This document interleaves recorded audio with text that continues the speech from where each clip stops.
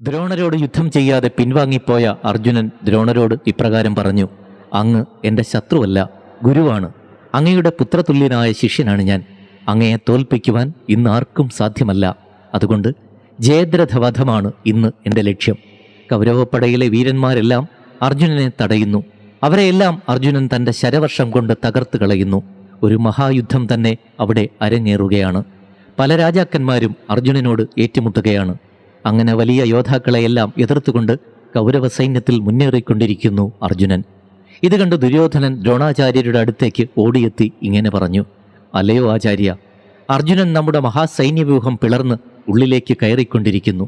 അങ്ങയുടെ മുന്നിലൂടെയാണല്ലോ അവൻ പ്രവേശിച്ചത്. അങ്ങ് അവനെ വധിക്കുവാൻ എന്താണ് ശ്രമിക്കാത്തത്? പാണ്ഡവരോട്, പ്രത്യേകിച്ചും അർജുനനോട് അങ്ങയ്ക്ക് വലിയ ഇഷ്ടമുണ്ടെന്ന് ഞാൻ മനസ്സിലാക്കുന്നു. അങ്ങല്ലാതെ ഞങ്ങൾക്ക് വേറെ ആരാണ് ആശ്രയമായിട്ടുള്ളത്?